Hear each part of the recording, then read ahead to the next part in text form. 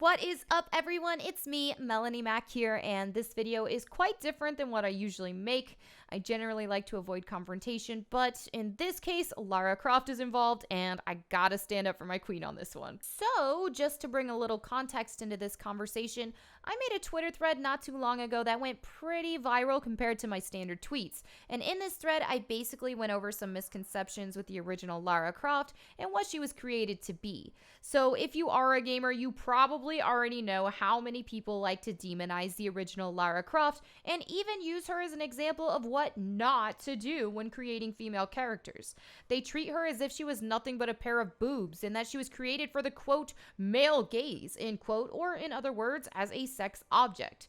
The problem with this is that not only does it undermine Lara Croft's impact on countless people, and I really mean that, she's changed so many lives for the better, and mine is one of them, but it also simply spreads complete lies about who she really was as a character. Now, I'll have my Twitter thread linked in the description if you haven't had a chance to read it, but to TLDR it a bit, basically, I just pointed out that Lara Croft was created during a time where graphics were very blocky, and with female characters being pretty uncommon at the time, Toby Gard, Lara Croft's creator, made Lara very curvy in a way that even on blocky PlayStation 1 and Sega Saturn graphics, you could clearly see that the main character was indeed a woman.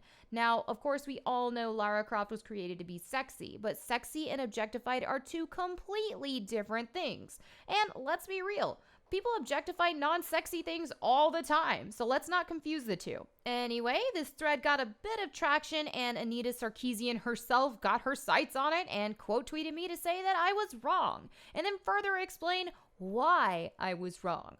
Of course, she never provided any actual evidence, even when I asked for further elaboration, and I personally think playing the games would be a good start, but you know, who am I to judge? But nonetheless, she said I was wrong and that Lara Croft was, quote, sexualized, end quote. I mean, everyone knows that Lara Croft was sexy and created to be sexy. But again, sexualized and objectified are not the same thing. Are we really sitting here trying to say that being sexy is somehow wrong?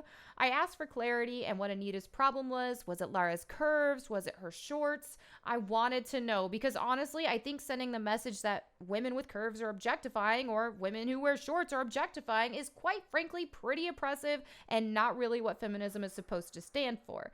So, because Anita wouldn't give me any answers, I did a little digging to see where her head was at on this subject. In the process, I came across some other quotes I wanted to share as well. I think first I need to quote Toby Gard himself, Lara Croft's actual creator, and he says, quote, "The rules at the time were if you're going to make a game, make sure the main character is male and make sure he's American.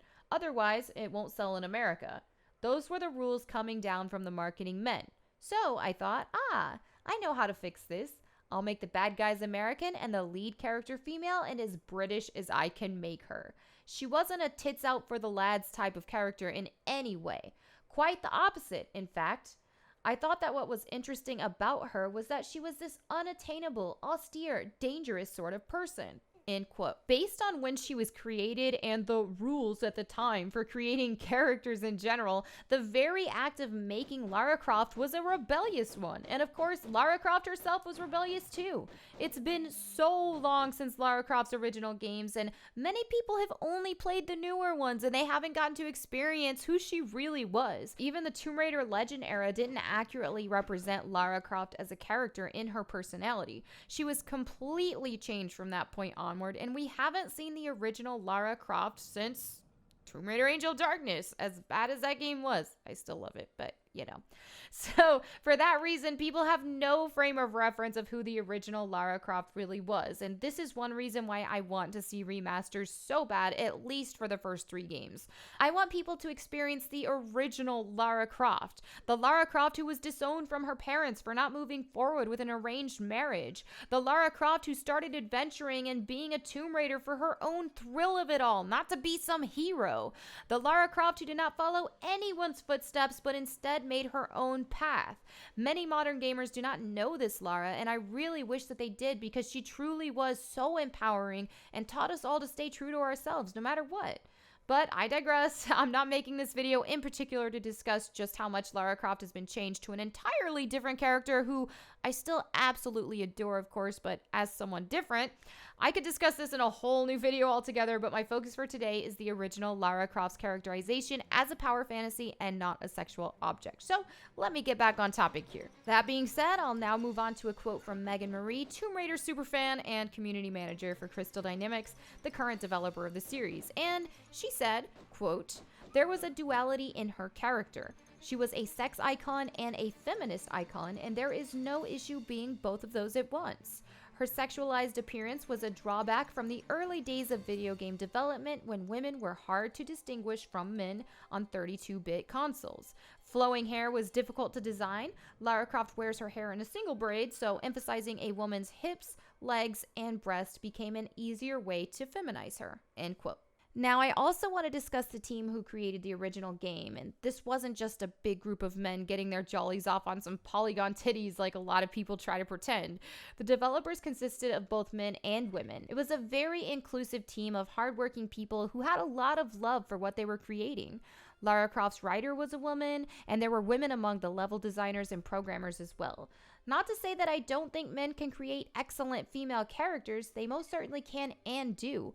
I'm of the opinion that if a man respects women in general, he will respect his creation of a fictional woman too. And honestly, designing her with whatever body type he may choose most certainly does not equal disrespect. However, I do think inclusivity in the gaming industry, or honestly in any industry, is really great, and we need more of it. So for that, I really do appreciate the original team behind the first Tomb Raider game. Moving on, a lot of people like to come back with the marketing materials that were used for the old school Tomb Raider games, as they were pretty objectifying at times. Now, I don't even think having Lara in a bath towel or topless on a beach is even objectifying at all. It's sexy, but in those renders, she looks very confident and in control, and not in some compromising situation. So that in itself, I have no issue with. However, there was definitely some questionable wording at times. I recall one thing saying something about how fun it is to control Lara Croft. So for that, I can definitely take issue with how the marketing was handled in those instances.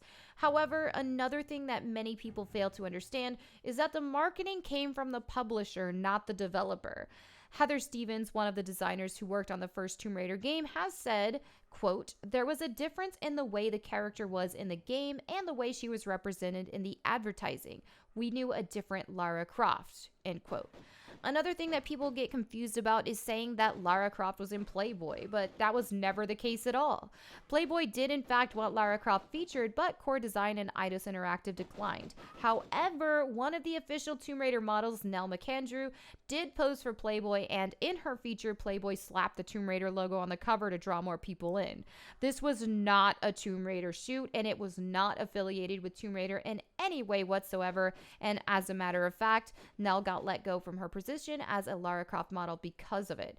That said, I most certainly do not shame Nell for posing in Playboy, and I don't even think it's wrong at all. Even looking at Rain's feature from Blood Rain, she looked pretty badass, nothing objectifying about it. But I'm just mentioning this to clear a misconception. So going back to the discussion about Anita Sarkeesian and her issues with Lara Croft, I did a little bit of digging and I did find an interview she did with the New York Times, and she said, quote, "With Lara Croft, you see her entire body running around in her hot pants. That encourages the players to look at her as a sex object," end quote. Okay, so basically she's saying that the problem is that the camera shows her full body and she's wearing shorts. In my eyes, saying a woman in shorts is objectifying is honestly an extremely oppressive message.